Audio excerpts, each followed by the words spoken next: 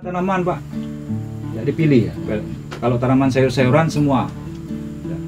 Kadang-kadang kan kita agak sulit nih, misalkan sebelah ini nanam jagung, di padahnya marah, kalau tidak di padah lah ditinggal di kita baru nak mindah dari persemaian yang ulat geraya. Disitulah.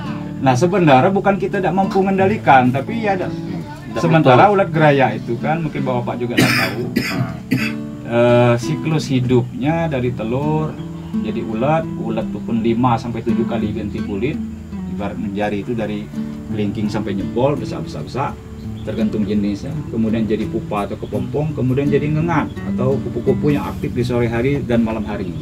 Nah, kupu-kupu ini kemampuan terbangnya bisa 50 kilo, bisa 100 kilo, bagi cuman sebelah. Nah kupu-kupu ini nanti pindah naruh telur di daun. Kelompok telur, bukan telok, mentelok sikok, di kelompok telur. Nah, kelompok telur ini bisa 30 butir, bisa 100 butir, Bapak bayangkan, per ekor. Nah, satu ngengat atau kupu-kupu itu kemampuan bertelurnya sampai 1000 lebih kurang. Satu kupu-kupu. Kalau ada 10 kupu-kupu. Nah, arti itu kadang, Pak, bukan tidak bisa dikendalikan. Siklus perkembangan dan penyebarannya sulit dikendalikan.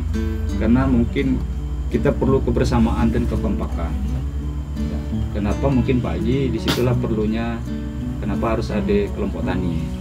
Karena melalui kelompok tani itu mungkin penyampaian informasi, pendampingan, pembinaannya lebih mudah, satu pintu. Supaya kalau ada pertemuan-pertemuan, disitulah kita sampaikan yang lagi nanam nih mana ada ulat gerayaan, kira-kira tidak terkendali, jangan ditinggal itu baik. Nah, kadang-kadang terutama kayak cabai itu kan nunggu nanam ngolah lahan berikut baru kena racun rumput. Wow. Mendak tegak di sialah, keriting di sialah, ulet di sialah, nah kasihan kawan yang baru nanam. Nah, yang paling sulit sebenarnya itu Pak, yang paling sulit. Nah, contoh misalkan yang terbaru di Kampung Jeruk terjadi ledakan ulat geraya, pindah ke Mesuk, terus pindah ke Jelutung, terus tidak putus sampai ke Simpang Kartis, terus sampai ke Sungai Selan. Lah kan tidak putus jadi. Nah, arti tanpa kita sadari sebenarnya yang lain itu awalnya mungkin dari kita penyebab. Nah, mungkin di sini perlu kesadaran kita juga, Pak, bahwa untuk hama-hama yang penyebarannya bisa lewat terbang, yang terbang jauh nih.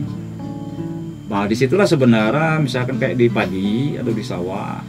Kenapa seringkali Bapak dengar dari teman-teman penyuluh atau teman-teman POPT di lapangan pacak nanam serentak misal. Contoh sebenarnya itu, karena untuk siklus itu. Tapi kita tanam terus-menerus, ada resiko-resiko. Ada kemungkinan-kemungkinan, ada OPT tertentu yang makin meningkat populasi atau jumlah. Karena makanannya tersedia terus-menerus. Karena apapun bentuk makhluk hidup itu bergantung kepada ruang, tempat, dan makanan. Nah, selagi ada makanan, tidak mungkin putus, tidak mungkin hilang, pasti ada. Tinggal bagaimana kita mengelola pertanaman kita supaya hama dan penyakit itu tidak menjadi penting atau tidak merugikan. Nah, yang paling kalau yang punya kawan tidak mungkin dipadah untuk dicabut atau dieradikasi, berarti kan kita nak pakai pagar, mencinaknya pagar beton Pak. Kita tidak tahu di dalam pagar beton tuh apa jeruk isi apa mangga, kita kan mungkin tidak sampai macam tuh. Nah, pagarnya mungkin pagar-pagar hidup, tanaman-tanaman itu sendiri, jagung, kacang panjang, tapi hanya sebagai tanaman pagar. Mencinak tuh Paknya berkebun kan main pagar habis, kita tidak kelihatan nih loh. Tanpa disadari sebenarnya dia mager tuh pun sekaligus sebagai penghalang hama.